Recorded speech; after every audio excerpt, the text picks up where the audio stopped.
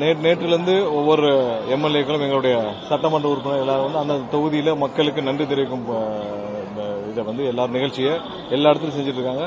அனைத்து வேட்பாளர்களும் மற்ற வேட்பாளர் 233 எல்லா வேட்பாளர்களும் வந்து மக்களை சந்திச்சு நன்றி தெரிவிச்சுட்டு வராங்க. கண்டிப்பாக மக்கள் அளித்த தீர்ப்பை ஏற்றுக்கொண்டு மக்கள் என்ன நினைச்சு வாக்களித்தாங்களோ அதுக்கான வேலையை நாங்கள் எல்லாம் துவக்கியிருக்கிறோம். நேற்று மதுரை மாவட்டத்தில் வந்து ஆட்சியர் கமிஷனர் எஸ்பி எல்லாரும் கூட சேர்ந்த ஆய்வில் வந்து எல்லா இடத்துலையும் எங்கெங்கெல்லாம் குட்காக்கள் அதாவது தேவையில்லாமல் போதை வஸ்துகள் குட்காக்கள் விற்கப்படுதோ அதையெல்லாம் கடும் நடவடிக்கை எடுக்குமாறு முதல்வர் என்ன நினைச்சு இந்த போதையில்லா தமிழகத்திற்கு முடக்கி விட்டாரோ அதை வந்து செயல்படுத்தும் வடிவமாக நிறைய இடத்துல கடந்த 2 நாட்களாக பல பகுதிகளில் கடைகளுக்கு ரைடு செஞ்சு மதுரை மாவட்டத்தில் இருக்க கமிஷனர் எஸ்பி எல்லாம் சேர்ந்து இப்போ காவல்துறை வந்து சீல் வச்சுட்டு வராங்க. அது இல்லாமல் டாஸ்மாக் பார்களில் எங்கெங்கெல்லாம் முறைகேடுகள் நடக்குதோ டாஸ்மாக் பார்ல விதிமீறல்கள் நடக்குதோ அதையெல்லாம் ஆய்வு செய்து ஆக்ஷன் எடுத்துட்டு வராங்க. எங்கெங்கெல்லாம் வந்து சட்டத்திற்கு புறம்பாக இல்லீகல் மைன்ஸ் இல்லீகல் குவாரிகள் இருக்குதோ அதை எல்லாத்தையும் ஐடென்டிஃபை பண்ணி அது எல்லாத்துமே நடவடிக்கை எடுக்கிறதுக்காக அனைத்து வேலைகளும் துவங்கப்பட்டிருக்கு. கண்டிப்பாக எல்லாரும் இது பழைய மாதிரியான ஆட்சி இல்லை. இது தளபதி அண்ணன் முதல்வர் அண்ணன் விஜயோடைய ஆட்சி. முதல்வர் என்ன நினைச்சு ஒவ்வொரு நிமிஷம் செயல்பட்டு இருக்கிறோம் அதை வந்து செயல்படுத்தும் விதமாக எல்லாரும் நடந்து கொள்ள வேண்டும் என்று கேட்கிறோம். பொதுமக்களும் முழு ஒத்துழைப்பு கொடுத்துட்டு வராங்க. எல்லா இடத்துலையும் இல்லீகல் குவாரி எங்கெல்லாம் தேவையில்லாத போதை வஸ்துகள் இருக்கிறதோ அது எல்லா இடத்துலையும் கடைகள் சின்ன சின்ன கடைகள் வந்து குட்கா எல்லாமே வந்து நடவடிக்கை எடுக்கப்பட்டு வருது.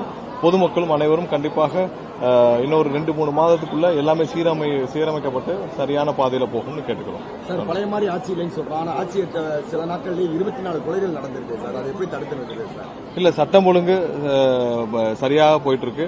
எந்தெந்த இடத்துல என்னென்ன முதல்வர் டெய்லி ஆய்வு செஞ்சுட்டு வராங்க. ஒவ்வொரு நாளும் ஒவ்வொரு துறையையும் முதல்வர் வந்து தலைமைச் செயலகத்திலிருந்து ஆய்வு செஞ்சுட்டு வராங்க. கண்டிப்பா ஒரு சில நாட்கள்ல பெரிய அளவிலான மாற்றங்கள் நீங்க பாப்பீங்க.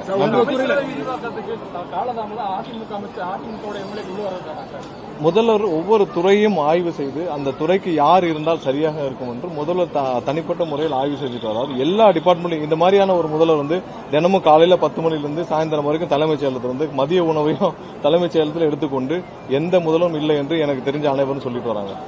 அந்த ஆய்வின் அடிப்படையில் தான் முதல்வர் எல்லா நடவடிக்கையும் எடுத்துட்டு வராரு. யார் என்ன சரியா இருக்குன்றத முதல்வர் தான் முடிவெடுப்பார். சோ அதை முதல்வர் அண்ணன் விஜய் அவர்கள் வந்து ஒவ்வொரு நாள் ஆய்வு செஞ்சுட்டு வராரு. கண்டிப்பா ஏன்னா நீங்க 40-50 வருஷமாக ஒரு சிஸ்டம் ஒரு கவர்மெண்ட் ஒரு அட்மினிஸ்ட்ரேஷன் வந்து வேற மாதிரியாக மாத்தி வச்சிருக்காங்க. நீங்க ஒரே நாள்ல போய் நம்ம சரி செய்ய முடியாது. சோ அதற்கான முழு ஆய்வை செஞ்சு முதல்வர் வந்து முத நாள்ல சொன்னார். பதவியேற்பு அன்னைக்கு எங்க முதல்வர் வந்து சொன்னாரு எல்லா இடத்துலயும் நம்ம கிளியரா ரிவ்யூ பண்ணிட்டு எல்லாத்தையும் ஆடிட் பண்ணிட்டு ஒரு தெளிவான வெள்ளை அறிக்கை பப்ளிஷ் பண்ண வேண்டிய கட்டாயத்தில் இருக்கும்னு சொன்னார். ஏன்னா ஒவ்வொரு டிபார்ட்மெண்ட்ல என்ன இருக்கு என்ன இல்லன்னு மக்கள் தெரிஞ்சுக்கொள்ள வேணும். என்ன நிலைமையில் இருக்குன்னு மக்கள் தெரிஞ்சுக்கணும். என்னென்ன தேவை என்ன செயல்படுத்த முடியும் என்ன பிரையாரிட்டி என்ன நிலைமையில் இருக்குன்னு எல்லா டிபார்ட்மெண்ட்டையும் ஆய்வு செய்து ஒரு வெள்ளை அறிக்கை பப்ளிஷ் பண்ணணும்னு முதல்வர் முத நாளே சொன்னார். சோ அது எல்லாத்தையும் முடக்கி விட வேண்டிய கட்டாயத்தில் இருக்கிறோம். சோ ஒவ்வொரு நாளும் அதற்கான வேலைகளை முதல்வர் செஞ்சுட்டு இது மிகப்பெரிய பணி. ஒரு 50 வருஷமா எல்லா டிபார்ட்மெண்ட் ஏதாவது ஒரு டிபார்ட்மெண்ட் நீங்க சிறப்பா செயல்படும் சொல்ல முடியுமா? இல்ல எல்லா டிபார்ட்மெண்ட்டும் பொறையோடி எல்லா டிபார்ட்மெண்ட்டும் கடுமையான ஒரு நெகட்டிவ்ல இருக்கு. எந்த போக்குவரத்து துறை எடுத்தீங்கன்னா அது எவ்வளவு சிரமங்கள் இருக்கு எவ்வளவு கஷ்டங்கள் இருக்கு. ஒவ்வொரு துறையும் பயங்கர நெகட்டிவ்ல இருக்கு. சோ அதோடைய கரெக்டா கரண்ட்ல என்ன நிலைமை இருக்கு அதை முழுசா ஆடிட் பண்ணாதான் உங்களுக்கு தெரியும்.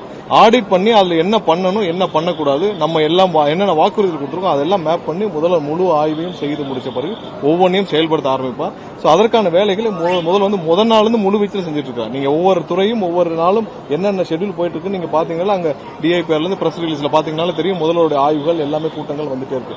அதற்கான ஒத்துழைப்புகள் அதை சேர்ந்து முதல்வர் கொடுக்கும் பணிகளை செய்யக்கூடிய வேலைகளை நாங்கெல்லாம் இருக்கோம். கண்டிப்பாக நல்லபடியா எல்லாம் என்ன நினைக்கிறோம். பெரிய எதிர்பார்ப்பு என்னன்னா இந்த 2500 ரூபாய் பணம் கொடுப்பாங்க முதல்வர் சொன்ன மாதிரி எதிர்கட்சிகள் சொன்ன மாதிரி 1000 ரூபாய் கொடுத்துட்டு இருக்காங்க.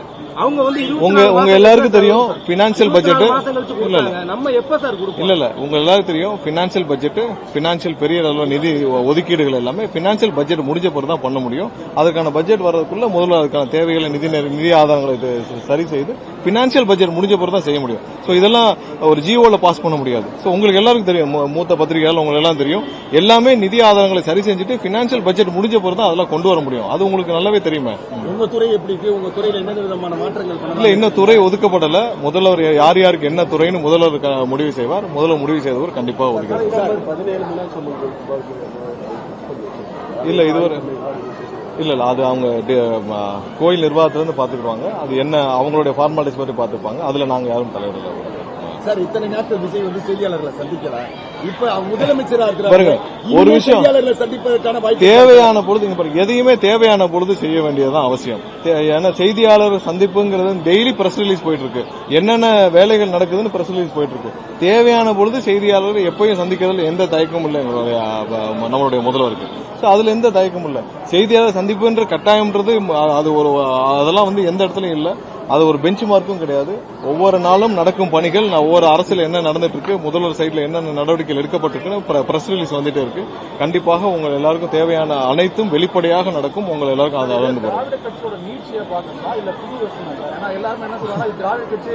நீங்க சட்டமன்றத்துல ஒரு பகுதி எப்படி உட்கார்ந்துருக்காங்க, எவ்வளவு இளைஞர்கள் உட்கார்ந்துருக்காங்க, எவ்வளவு பெண்கள் உட்கார்ந்துருக்காங்க, ஒரு சட்டமன்றம் எப்படி செயல்படுது, ஒவ்வொரு நாளும் முதல்வர் எப்படி செயல்படுறாரு, அதிகாரிகளுக்கு எந்த அளவு சுதந்திரம் கொடுக்கப்பட்டிருக்கு, எதை வந்த உடனே டாஸ்மாக் கடைகள் 717 கடைகள் மூடப்பட்டு போதை மருந்துகள் கண்ட்ரோல் பண்ணப்பட்டு இன்னைக்கு எல்லா இடத்துலயும் இல்லீகல் மைன்ஸ் நிறுத்தப்பட வேண்டும் சொல்லிட்டு எங்கெங்கெல்லாம் விதிமீறல் உள்ள பார்களை க்ளோஸ் பண்ண சொல்லி, குட்காக்கள் கண்ட்ரோல் பண்ண சொல்லி ஒவ்வொரு நாளும் மக்கள் என்ன நினைச்சாங்களோ அதை நோக்கி முதல்வர் செயல்பட்டு இருக்கார். நீங்க தான் சொல்லணும். இது எந்த வெர்ஷனும் கிடையாது. இது இன்னைக்கான புது வெர்ஷன். இந்த கோர்ட்டோட ரகசியம் என்ன? ஜாவேக்கார் எதுவும் கோர்ட்டு டெய்லியும் போட்டு வரணும்னு சொல்லி இருக்கிறாரா? இல்ல நம்ம தமிழர்களுடைய அது தலைவருடைய முடிவு. நன்றி.